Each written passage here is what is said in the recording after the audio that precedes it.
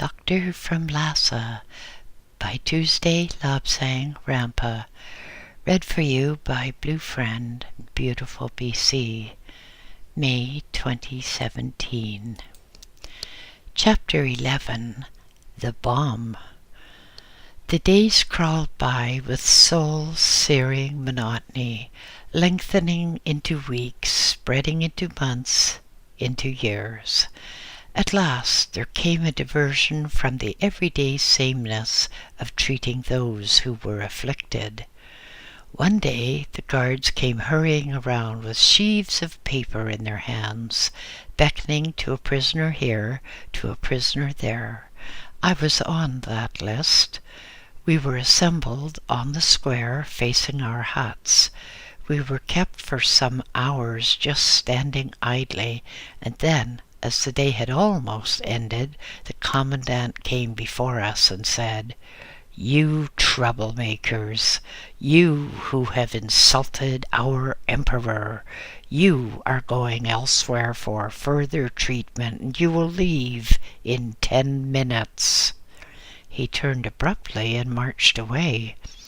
We stood more or less stunned. Ready in 10 minutes? Well, at least we had no possessions. All we had to do was say a few hurried farewells and then return to the compound. So, we were going to be taken to another camp. We speculated on the sort of camp, on where it would be. But, as it is inevitable in such cases, no one had any real constructive thought. At the end of 10 minutes, whistles were blown, guards came hurrying around again, and we were marched off, some 300 of us. We marched out through the gates. We left full of wonder, full of speculation. What sort of camp would this be? We were acknowledged troublemakers. We had never given in to the Japanese blandishments. We knew them for what they were. We knew, too, that wherever we were going, it was not to a pleasant camp. We marched past soldiers going the other way. They appeared to be in a high state of humor. No wonder, we thought, because according to the reports reaching us, the Japanese were winning everywhere. Soon we were told that they would be in control of the whole world. How mistaken they were. At that time, though, we could only believe what the Japanese told us. We had no other source of information. These soldiers were most aggressive as they passed by, and they lost no opportunity of dealing a blow at us, striking out wildly, irrationally, just for the sheer joy of hearing a rifle butt thud on shrinking flesh. We marched on, driven on by the curses of the guards. They, too, freely used their rifle butts. All too frequently the sick fell by the wayside, where they were belaboured by the guards. If they could not regain their feet and stumbled blindly, perhaps supported by others, then the guards stepped up, and a bayonet thrust would end the struggle. Sometimes, though, the guard would decapitate the victim and stick the severed head on the end of his bayonet. He would then run up and down the lines of toiling prisoners, grinning fiendishly at our looks of horror. Eventually, after many days of tiring, grueling marching, with far too little food, we arrived at a small port and were driven into a rude camp which had been constructed by the harbor. Here there were a number of men of all nations, troublemakers like us. They were so apathetic with weariness and with ill treatment that they hardly looked up as we entered. Our number was now sadly reduced. Of 300 or so who had started out, only about 75 arrived. That night we stayed sprawled on the ground in the encampment behind barbed wire. There was no shelter for us, no privacy, but we were used to that by now. Men and women lay on the ground or did what they had to do under the eyes of the Japanese guards that long night. In the morning we had a roll call, and then we were kept standing in a ragged line for 2 or 3 hours. Eventually the guards condescended to come and march us out, march us further down to the harbor, to a quay where there was a rusty old tramp ship, a really derelict affair. I was not, by any means, an expert on shipping. In fact, almost every one of the prisoners knew more about nautical affairs than I. Yet even to me, this ship looked as if at any moment it would sink at its moorings. We were marched aboard along a creaking, rotted gangplank, which also threatened to collapse at any moment and throw us into the scummy sea, which was littered with debris, floating boxes, empty tins, bottles, dead bodies. As we boarded the ship, we were forced down a hold in the forward part. Some 300 of us were there. There was not enough room for us to sit down, certainly not enough room to move around. The last of the party was forced down with blows of rifle butts and with the curses of the Japanese guards. Then came a clang as if the gates of doom were closing upon us. The cover of the hatch was slammed down, sending clouds of stinking dust upon us. We heard the sounds of mallets driving home wooden wedges, and all light was excluded. After what seemed to be a terribly long time, the ship started to vibrate. There was the creaking rumble of the derelict old engine. It really felt as if the whole framework would shake itself to pieces and drop us out through the bottom of the ship. From the deck we could hear muffled shouts and screamed instructions in Japanese. The chugging continued. Soon there was a terrific rolling and pitching, which told us that we had gone beyond the harbor and had reached the open sea. The journey was very rough indeed. The sea must have been tumultuous. We were continually thrown against each other, toppled over to be trampled on by others. We were shut down in the hold of that cargo boat and allowed on deck only once during the hours of darkness. For the first 2 days, no food at all was given to us. We knew why. It was to make sure that our spirit was broken. But it had little effect on us. After 2 days, we had about a cupful of rice each for each day. Many of the weaker prisoners soon died in that suffocating stench, shut down in that stinking hold. There was not enough oxygen to keep us alive. Many died and collapsed like broken, discarded dolls upon the steel floor beneath us. We, the hardly more fortunate survivors, had no choice but to stand on the dead and decomposing bodies. The guards would not allow us to move them out. We were all prisoners, and it didn't matter to the guards whether we were dead or alive. We had to be the correct number as shown on their papers. So the rotting dead had to be kept in the hold with the suffering living until we arrived at our port of destination, when bodies, dead and alive, would be counted. We lost all track of days, but eventually, after an unspecified time, there was a change in the note of the engine. The pitching and tossing lessened. The vibration altered, and we surmised correctly that we were approaching a harbor. After much noise and fuss, there came the clatter of chains, and the anchors were dropped. After what seemed to be an interminable time, the hatches were flung off, and Japanese guards started to descend, with the Japanese port medical officer with them. Halfway down, they stopped in disgust. The medical officer vomited with the stench, vomited over us beneath. Then, throwing dignity to the winds, they beat a hasty retreat up to the deck. The next thing we knew was that hoses were being brought in, and streams of water rained down upon us. We were half drowned.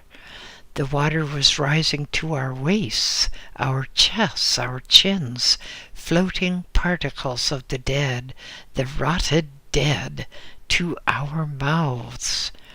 Then there were shouts and exclamations in Japanese, and the water flow stopped. One of the deck officers came and peered over, and there was much gesticulation and discussion. He said that the boat would sink if any more water was pumped in. So a larger hose was dropped in, and all the water was pumped out again. All that day and all that night we were kept down there, shivering in our wet rags, sick with the stench of the decayed dead. The next day we were allowed up, 2 or 3 at a time. Eventually my turn came, and I went up on deck. I was roughly questioned. Where was my identity disc?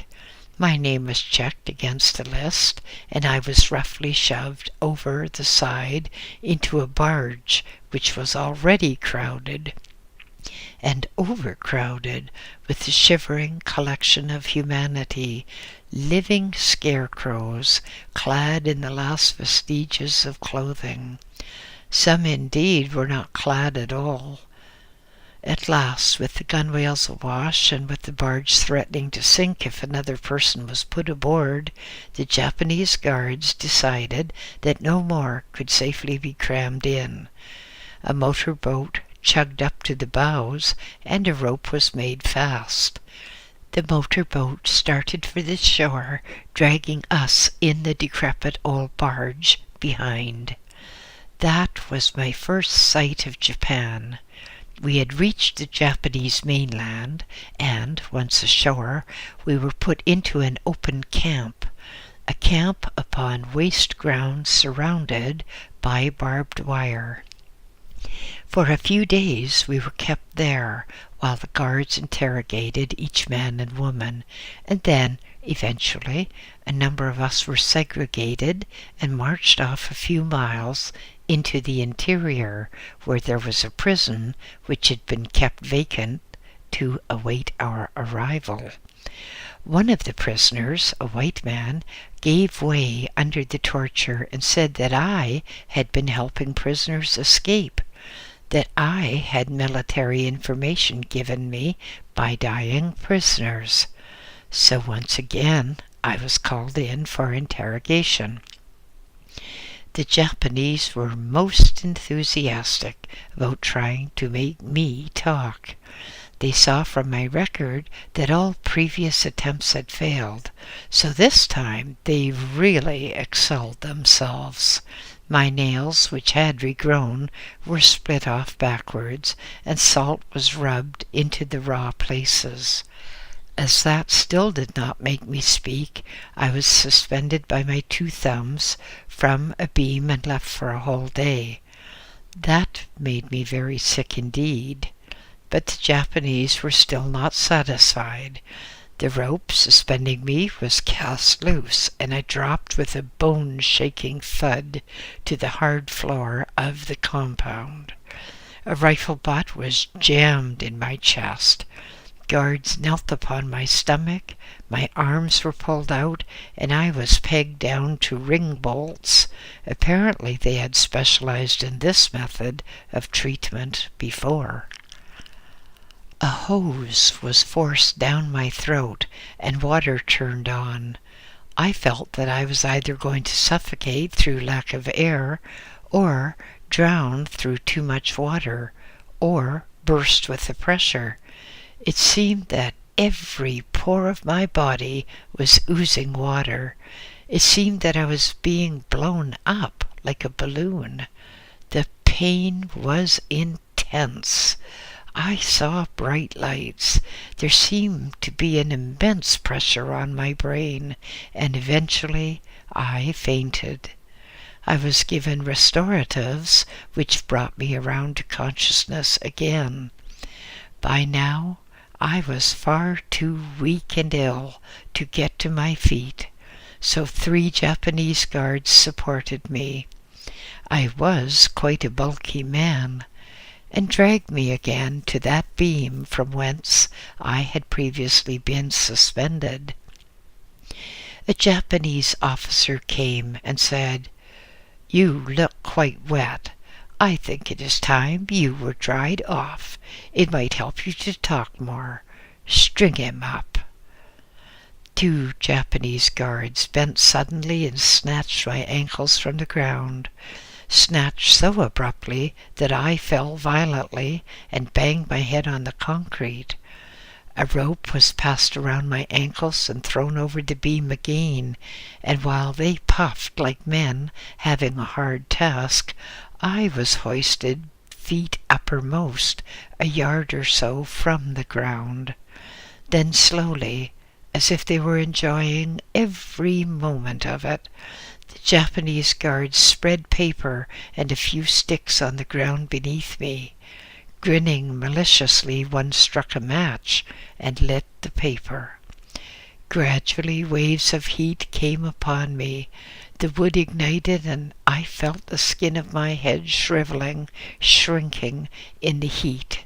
I heard a voice say, "He is dying. Do not let him die, or I'll hold you responsible. He must be made to talk." Then again, a stunning thud as the rope was cast off, and I was dropped headfirst into the burning embers. Once again I passed out.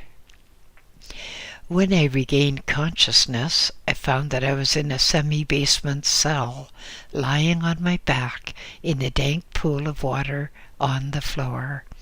Rats were scurrying about. At my first movement, they jumped away from me, squealing in alarm.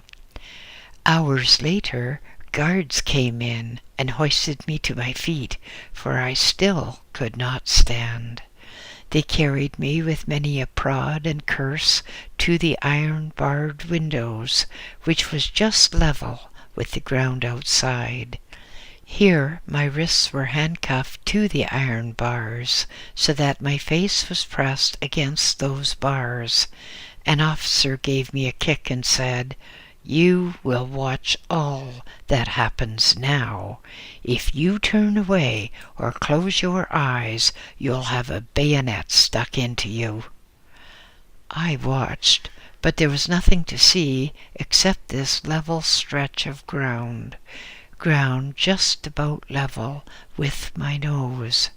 Soon there was a commotion at the end, and a number of prisoners came into view, being propelled by guards who were treating them with excessive brutality.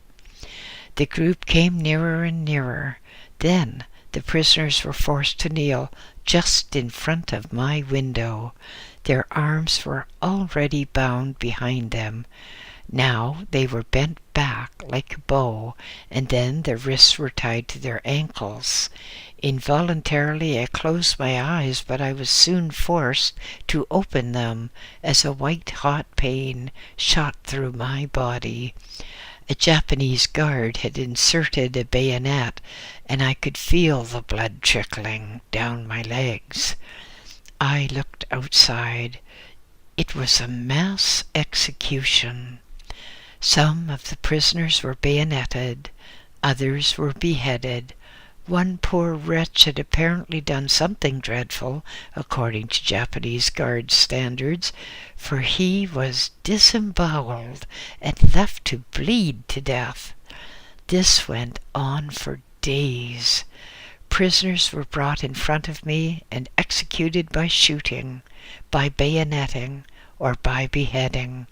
The blood used to flow into my cell, and huge rats used to swarm in after it.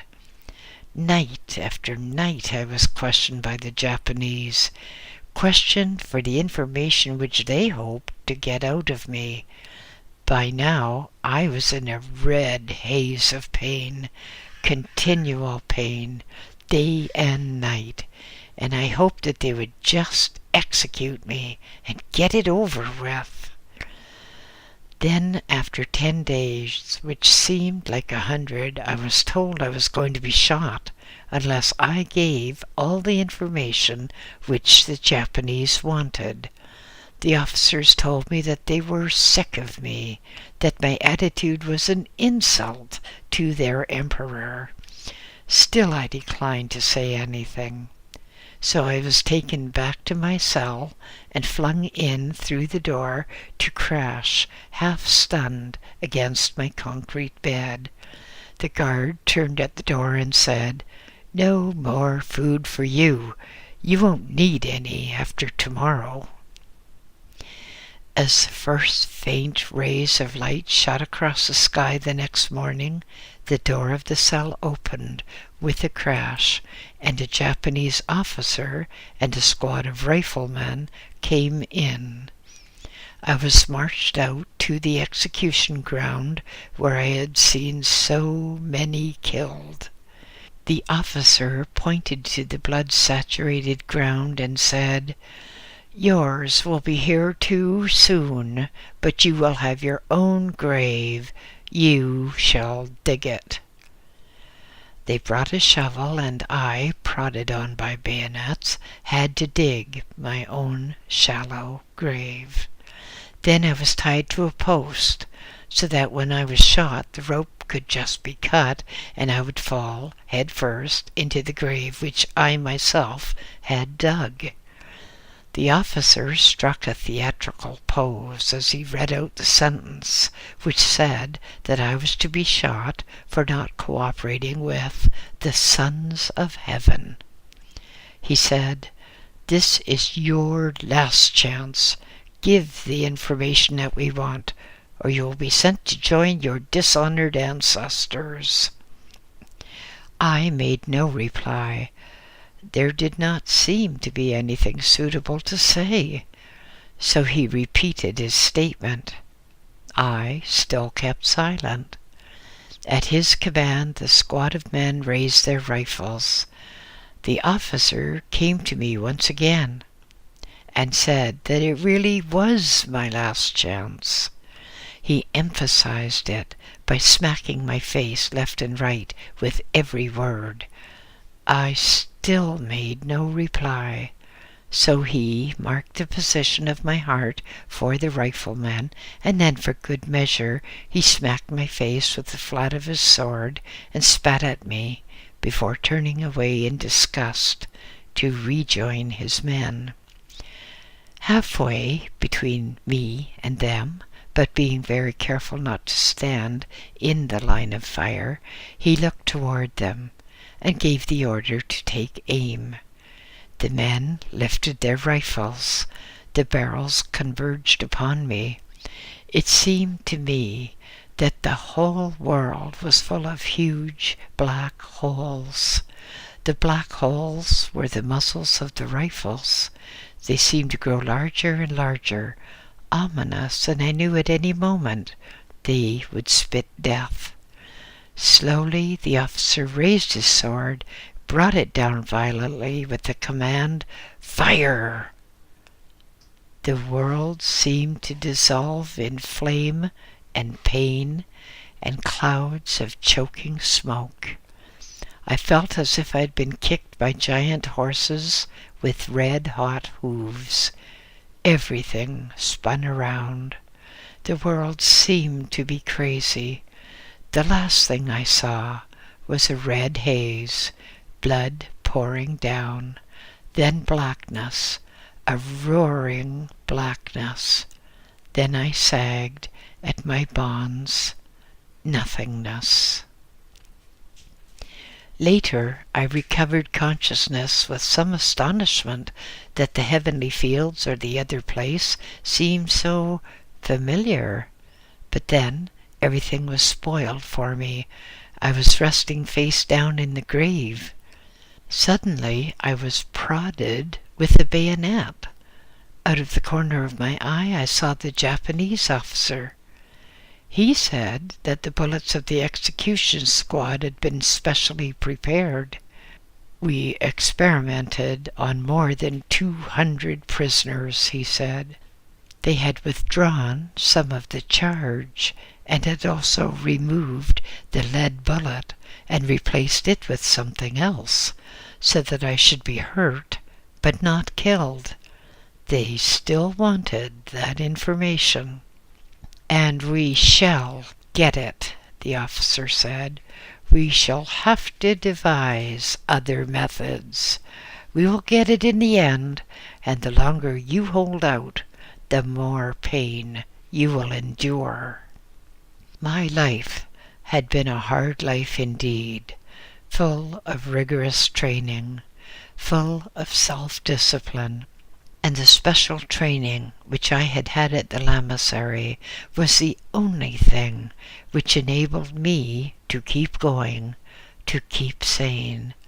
It is doubtful in the extreme if anyone without that training would have been able to survive. The bad wounds which I had received at the execution caused double pneumonia. For the time being, I was desperately ill, hovering on the brink of death, denied any medical attention at all, denied any comfort. I lay in my cell on the concrete floor, without blankets, without anything, and shivered and tossed and hoped to die. Slowly I recovered somewhat, and for some time I had been conscious of the drone of aircraft engines. Unfamiliar engines they appeared to be, too. Not the Japanese ones which I had come to know so well, and I wondered what was really happening. The prison was at a village near Hiroshima, and I imagined that the Japanese victors, the Japanese were winning everywhere, were flying back the captured aircraft. One day, when I was still very ill indeed, there was a sound of aircraft engines again. Suddenly the ground shook, and there was a thudding, throbbing roar. Clouds of dust fell out of the sky, and there was a stale, musty odor. The air seemed to be electric, tense. For a moment nothing seemed to move. Then the guards ran in terror, screaming in fright, calling upon the emperor to protect them from they knew not what. It was the atom bombing of Hiroshima of the 6th of August, 1945. For some time I lay wondering what to do. Then it seemed obvious that the Japanese were far too busy to think about me, so I got shakily to my feet and tried the door. It was unlocked. I was so seriously ill that it was considered impossible for me to escape. Besides, normally there were guards about, but those guards had disappeared. There was panic everywhere. The Japanese thought that their sun god had deserted them, and they were milling around like a colony of disturbed ants, milling around in the last extremity of panic. Rifles had been discharged, bits of uniform, food, everything. In the direction of their air raid shelters there were confused shouts and screams as they all tried to get in at the same time. I was weak. I was almost too weak to stand. I bent to pick up a Japanese tunic and cap, and I almost fell over as giddiness overtook me.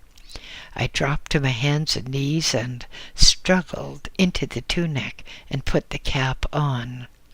Just near there was a pair of heavy sandals. I put on those too, because I was barefooted. Then, slowly, I crawled into the bushes and continued to crawl painfully. There were many thuds and thumps, and all the anti-aircraft guns were firing. The sky was red, with vast banners of black and yellow smoke. It seemed that the whole world was breaking up, and I wondered at the time why I was making such an effort to get away, when obviously this was the end of everything. Throughout the night, I made my slow, tortuous way to the seashore, which, as I well knew, was a very few miles from the prison. I was indeed sick. The breath rasped in my throat, and my body shook and quivered. It took every bit of self-control that I could muster to force myself along. At last, in the dawnlight, I reached the shore and reached the creek. Wearily, half dead with fatigue and illness, I peered out of the bushes and saw before me a small fishing boat rocking at its moorings. It was deserted. Apparently the owner had panicked and rushed off inshore. Stealthily, I made my way down to it and managed painfully to pull myself upright to look over the gunwale. The boat was empty. I managed to put one foot on the rope mooring of the boat, and with immense effort I levered myself up. Then my strength gave out, and I toppled head first to the bottom of the boat among the bilge water and a few pieces of stale fish, which apparently had been kept for bait. It took me a long time to gather enough strength to cut the mooring rope with a knife, which I found. Then I slumped back into the bottom again as the vessel drifted out of the creek on the ebb tide. I made my way to the stern and crouched there, utterly exhausted. Hours later, I managed to hoist the ragged sail as the wind appeared favorable. The effort was too much for me, and I sank back into the bottom of the boat in a dead faint. Behind me, on the mainland of Japan, the decisive step had been taken. The atom bomb had been dropped and had knocked the fight out of the Japanese.